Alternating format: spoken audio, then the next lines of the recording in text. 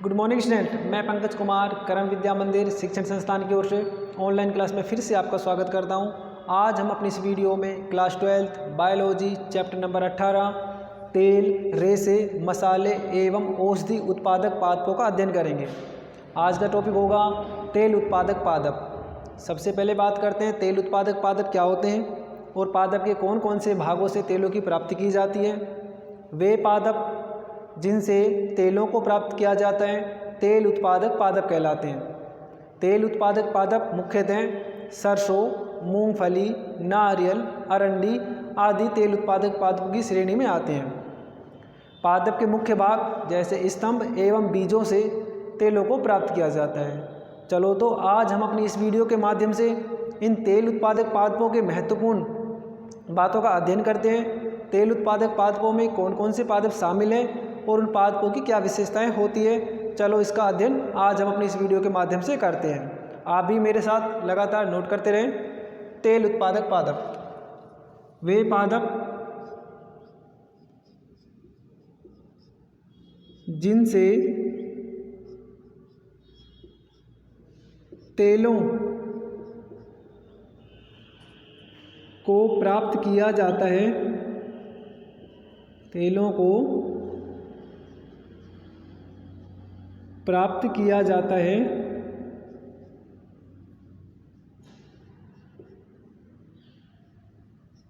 तेल उत्पादक पादप कहलाते हैं।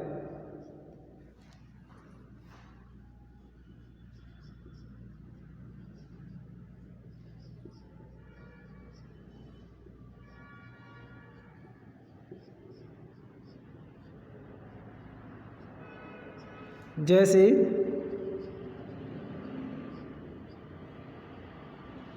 सरसों,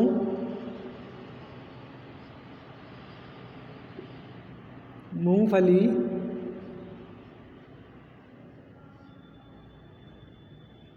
नारियल,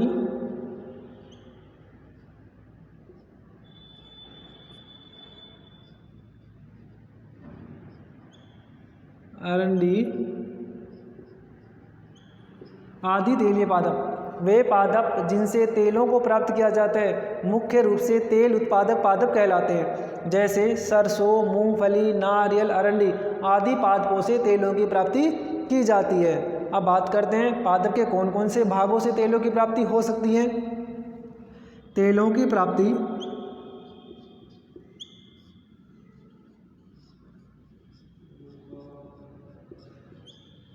मुख्य रूप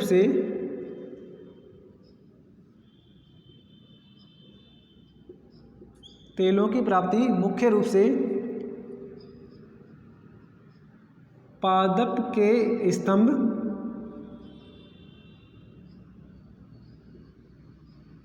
एवं बीज से की जाती है।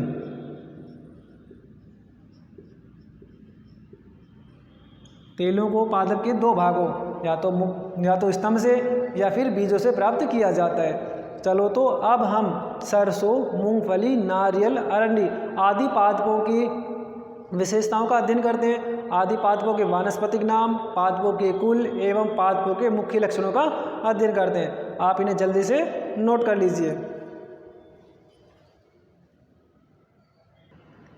सबसे पहले बात करते हैं तेल उत्पादक पादप के प्रथम उदाहरण सरसों के बारे में। सरसों का पादप कैसा होता है, सरसों के किस भाग से भी तेलों की प्राप्ति की जाती है और सरसों के पादप में कौन सी मुख्य विशेषता पाई जाती है जिसके कारण इनके बीजों में तीव्र गंध आती है। चलो तो इसका अध्ययन अच्छे से करते हैं। तेल उत्पादक पादप सरसों। वानस्पतिक नाम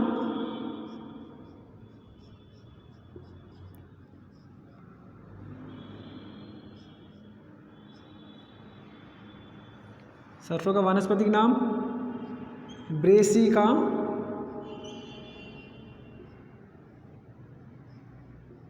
कंप्रेस्टिस।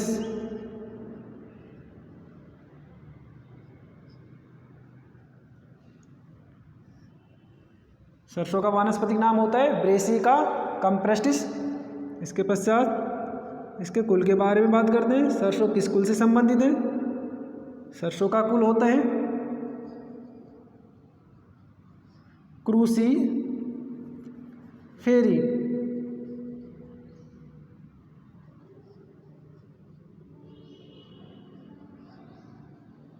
सरसों क्रूसीफेरी कुल से संबंधित पादप होते हैं। अब बात करते हैं पादप के तेल उत्पादक अंग।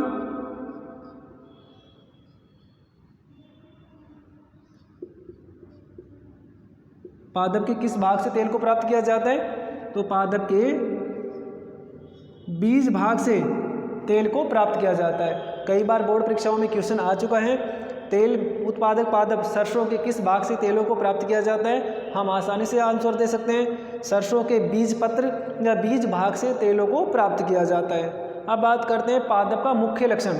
पादप के मुख्य लक्षण में एक बहुत ही इम्पोर्टेंट बात है जो बोर्ड परीक्षाओं में पूछी जाती है, सरसों पादप के बीजों में तीव्र गंध किसके कारण आती है? बोर्ड परीक्षाओं में कई बार क्वेश्चन आ चुका है, चलो उसका आंसर जानते हैं। सरसों वानस्पतिक नाम ब्रेसिका कैम्पेस्टिस, कुल क्रूसीफेरी, पादप के तेल उत्पादक अंग बीज। अब बात करते हैं पादप का मुख्य लक्षण।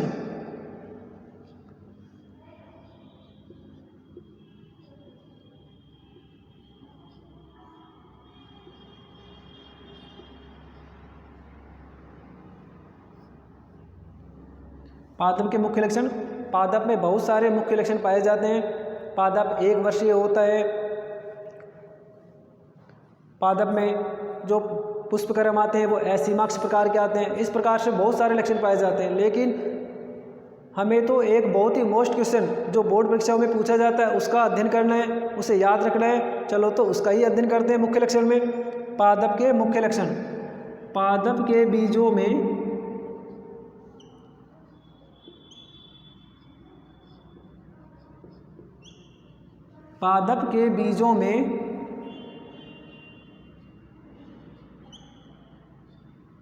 एलिल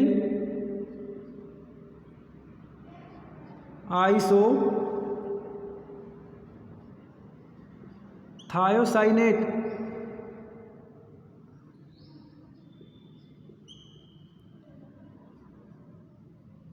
पादप के बीजों में एलिल आइसोथायोसाइनेट के कारण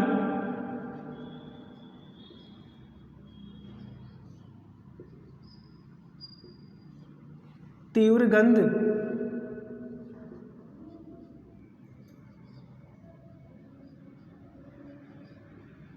पाई जाती है। तो हमें याद रखना है, सरसों के बीजों को जब पीसा जाता है या उससे तेल निर्मित किया जाता है तो तेल फैक्ट्री में जाते समय आंखों में तेज झंझनाहट भी उत्पन्न होती है, जो कि मुख्य रूप से एलिल आइसोथायोसाइनेट के कारण होती है। हम कह सकते हैं पादप के बीजों में एलिल आइसोथायोसाइनेट पाया जाता है, जिसके कारण इसके बीजों में तीव्र गंध आती है। अब बात करते हैं पादप का आर्थिक महत्व।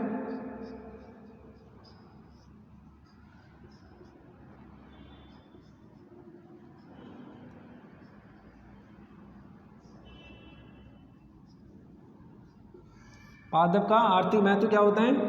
पादप के बीजों से मुख्य रूप से तेल को प्राप्त किया जाता है, इसलिए तेल का उत्पादक विभिन्न प्रकार के खाद्य पदार्थ निर्माणों में किया जाता है। अनेक प्रकार के स्नेहक पदार्थ भी तेल से निर्मित किए जाते हैं। तो एक ही इसका आर्थिक महत्व का अध्ययन कर लेते हैं। आर्थिक महत्व, पादप के बीजों से प्राप्त तेल का उपयोग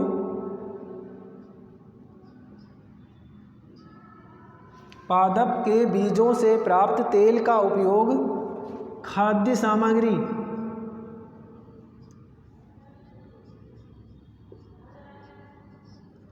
सामग्री निर्माण में किया जाता है।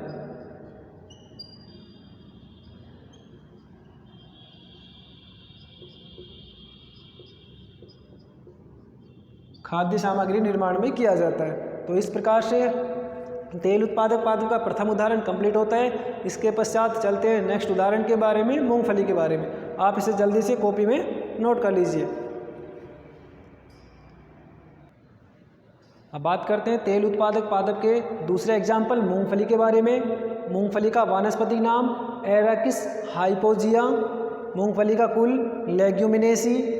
मूंगफली के पादप भाग जिससे तेलों को प्राप्त किया जाता है बीज से, अर्थात कह सकते हैं बीज भाग से तेलों को प्राप्त किया जा सकता है।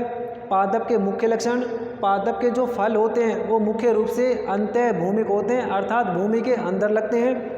और पादप का आर्थिक महत्व, पादप का आर्थिक महत्व होता है पादप के अंगों द्वारा ओर्डिल नामक रेशा बनाया जाता है। तो इस प्रकार से मूंगफली भी आर्थिक दृष्टि से तेल उत्पादक पादप की श्रेणी में सम्मिलित है। इसके अतिरिक्त मूंगफली के तेल से मार्गेरिन नामक पदार्थ निर्मित किया जाता है। मूंगफली के तेल से मार्गेरिन नामक पदार्थ तैयार किया जाता है जिसका उपयोग कृत्रिम बटर के रूप में किया जाता है। मार्गेरिन नामक जो पदार्थ मूंगफली के तेल से निर्मित होता है उस तेल का उपयोग कृत्रिम बटर के रूप में किया जाता है। तो इस प्रकार से मूंगफली भी हमारे आर्थिक दृष्टि से महत्वपूर्ण तेल उत्पादक पादपों में सम्मिलित है। इसके पश्चात अध्ययन करते हैं नारियल के बारे में। आप इसे जल्दी से नोट कर लीजिए।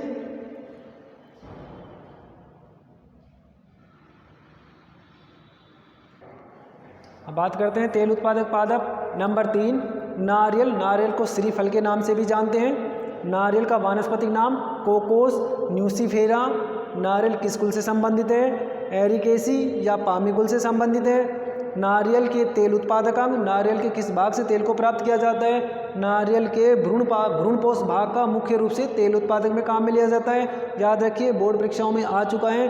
नारियल के किस भाग से तेल को प्राप्त किया जाता है? तो हम बता सकते हैं नारियल के भ्रूणपोष भाग का उपयोग तेल के निर्माण में किया जाता है। अब बात करते हैं पादप के मुख्य लक्षण। नारियल का जो फल होता है उस मुख्य रूप से 3 भित्तियों द्वारा घिरा होता है, बाह्य, मध्य और अंत्य भित्ति। मध्य भित्ति का उपयोग मुख्य रूप से कोयर नामक रेशा निर्माण में किया जाता है, अर्थात हम कह सकते हैं नारियल में उपस्थित मध्य फल भित्ति का उपयोग कोयर नामक रेशे उत्पादन में किया जाता है। अब बात करते हैं नारियल का आर्थिक महत्व। नारियल का आर्थिक महत्व विभिन्न धार्मिक सांस्कृतिक कार्यक्रमों में एवं इसके अतिरिक्त विभिन्न प्रकार के सौंदर्य सामग्री निर्माण में इसका उपयोग किया जाता है। इस प्रकार से नारियल भी हमारे तेल उत्पादक पादपों में आर्थिक श्रेणी के रूप में अत्यधिक सम्मिलित किया गया है। अब बात करते हैं नारियल के कोकस न्यूसीफेरा के वानस्पतिक नाम के बारे में। जो कोकस नाम दिया गया है वो एक पुर्तगालिक वैज्ञानिक था। उसने नारियल का जो कोकस नाम दिया वो इस आधार पर दिया क्योंकि जो कोकस होता है वो बंदर के नाम को संबोधित करता है। जिस प्रकार से बंदर की खोपड़ी होती है उसी प्रकार से नारियल का फल भी दिखाई देता है। इस आधार पर उसे कोकस श्रेणी में वंश में रखा गया है। इसके अतिरिक्त नारियल से तेल का उपयोग, खाद्य तेल का उपयोग पाक माध्यम में किया जाता है, अर्थात विभिन्न प्रकार की खाद्य सामग्री में भी इसका उपयोग किया जाता है।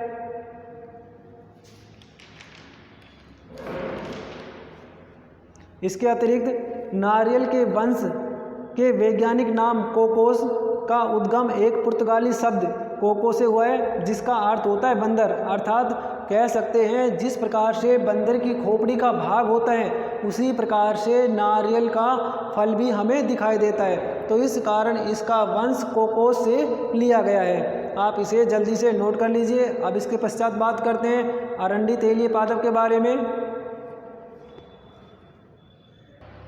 अब बात करते हैं तेल उत्पादक के चौथे उदाहरण अरंडी के बारे में। अरंडी पादप वानस्पतिक नाम रिसिनस कम्युनिस वानस्पतिक नाम से जाना जाता है।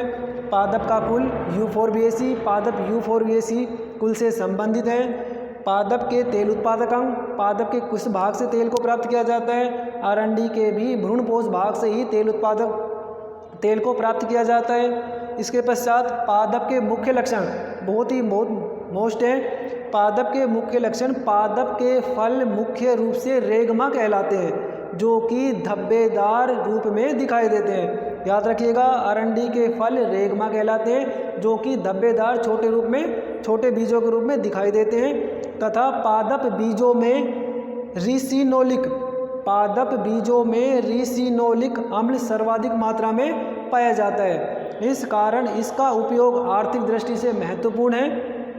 पादप का आर्थिक महत्व है। अरंडी का वसीय तेल विरेचक व स्नेहक होता है। विरेचक के रूप में क्यों होता है? क्योंकि इस पादप बीज तेल में रिसिनोलिक अम्ल सर्वाधिक मात्रा में पाया जाता है, जिसके कारण इसका उपयोग विरेचक के रूप में भी किया जाता है तथा पादप तेल वसीय रूप में, इसके कारण इसका उपयोग स्नेहक में भी किया जाता है। इसके अतिरिक्त विभिन्न प्रकार की खाद्य सामग्री निर्माण में भी, विभिन्न प्रकार के सौंदर्य प्रसाधनों के निर्माण में भी अरंडी के तेल का उपयोग किया जाता है। तो इस प्रकार से आज हमने अपनी इस वीडियो के माध्यम से तेल उत्पादक पादपों के उदाहरणों का अच्छे से भैया बात करते हैं। रेशा उत्पादक पादप क्या होते हैं और कौन कौन से पादपों को रेशा उत्पादन के लिए काम में लिया जाता है, इसका भी अध्ययन करते हैं। वे पादप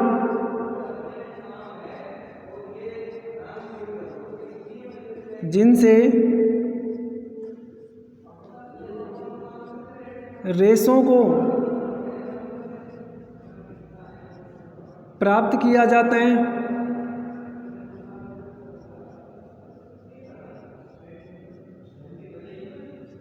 वे पादप जिनसे रेशों को प्राप्त किया जाता है या रेशे को उत्पादित किया जाता है तो उन्हें रेशे उत्पादक पादप कहते हैं। वे पादप जिनसे रेशों को प्राप्त किया जाता है तो उन्हें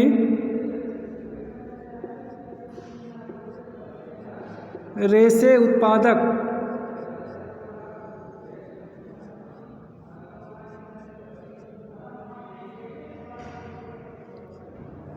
पादप कहते हैं।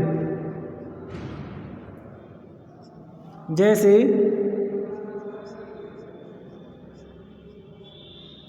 कपास,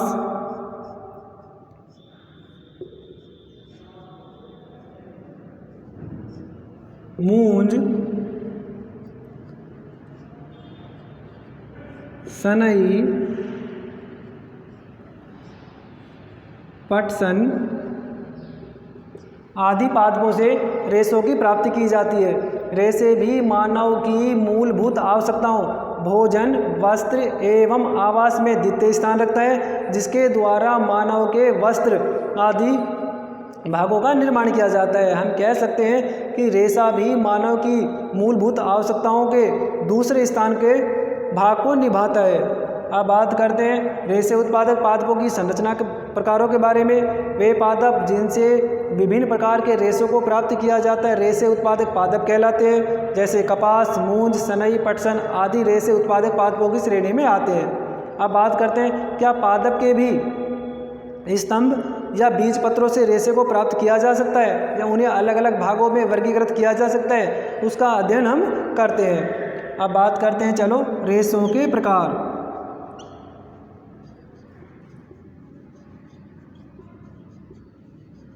रेशों के प्रकारों के बारे में। पादप के विभिन्न भागों से रेशे को किस प्रकार से प्राप्त किया जाता है उसका अध्ययन करते हैं। रेशे पादप के विभिन्न भागों मुख्यतः स्तंभ, बीज या अन्य भागों से प्राप्त किए जाते हैं। इस आधार पर रेशे को निम्न रूपों में विभक्त किया जा सकता है। नोट कर देते हैं रेशों के प्रकार। पादप के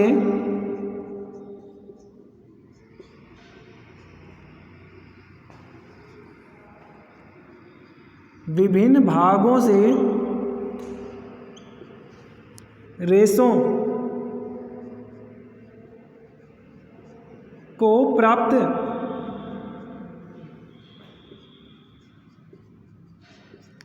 किया जा सकता है। पादप के विभिन्न भागों से रेशे को प्राप्त किया जा सकता है।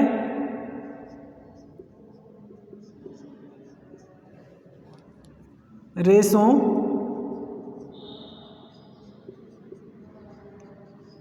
की उत्पत्ति व संरचना के आधार पर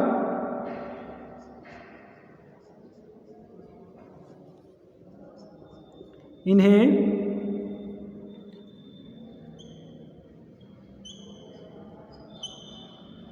निम्न रूपों में विभक्त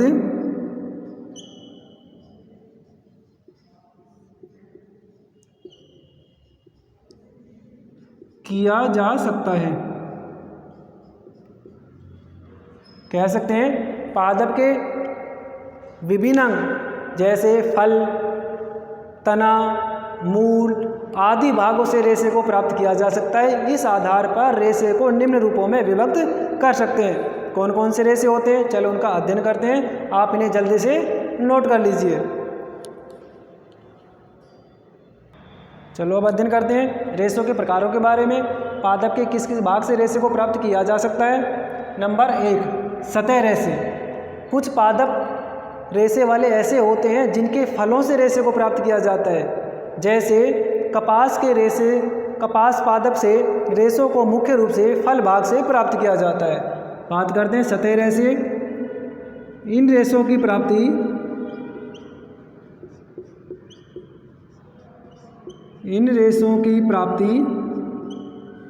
मुख्य रूप से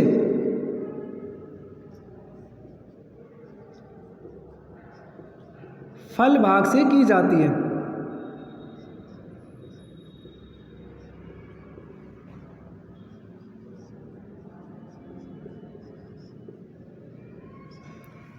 सतही रेशे, सतही रेशों की प्राप्ति मुख्य रूप से पादपों के फल भाग से की जाती है। जैसे कपास, कपास के फलों में अतिवृद्धियों के रूप में रेशे पाए जाते हैं, या फल की सतह पर अतिवृद्धियों के रूप में ये रेशे उपस्थित होते हैं। अब बात करते हैं स्तंभ रेशे। कुछ पादप ऐसे होते हैं जिनके स्तंभों से रेशे को प्राप्त किया जाता है। जैसे पटसन, सनई आदि पादपों के जो लंबे स्तंभ होते हैं उनको पानी में गलाया जाता है। गलाने के पश्चात उनकी छाल को उतार लिया जाता है और उस छाल से रेशे को निर्मित किया जाता है। स्तंभ रेशे, इन रेशों की प्राप्ति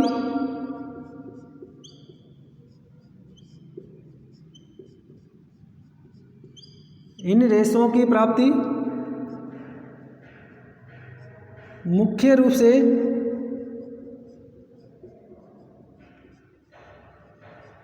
स्तंभ भाग से की जाती है।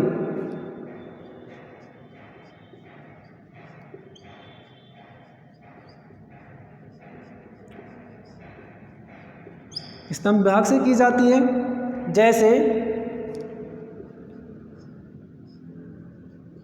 सनई, जूट, पटसन आदि रेशे उत्पादक पादप।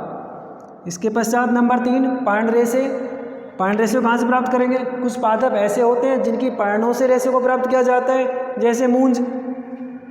इन रेशों की प्राप्ति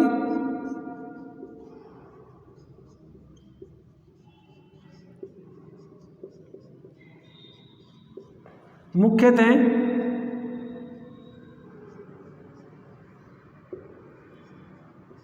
पर्ण भाग से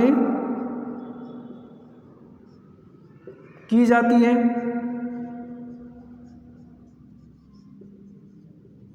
जैसे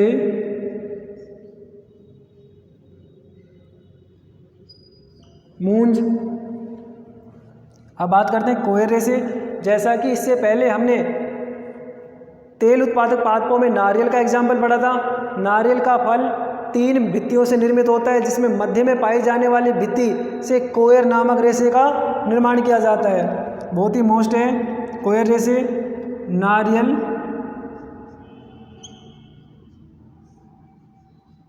के फल की मध्य भित्ति से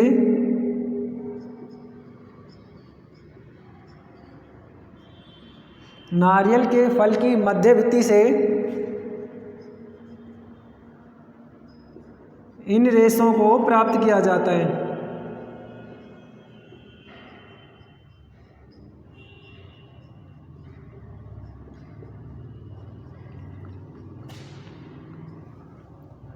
तो इस प्रकार से आज हमने अपनी इस वीडियो के माध्यम से तेल उत्पादक पादप एवं रेशे उत्पादक पादपों का अच्छे से अध्ययन किया। आने वाली नेक्स्ट वीडियो में हम इससे अगले टॉपिकों के बारे में अच्छे से अध्ययन करेंगे। इसके लिए आप लगातार हमारे चैनल को देखते रहें। चैनल को लाइक करें, सब्सक्राइब करें और कमेंट भी ज़रूर करें। धन्यवाद।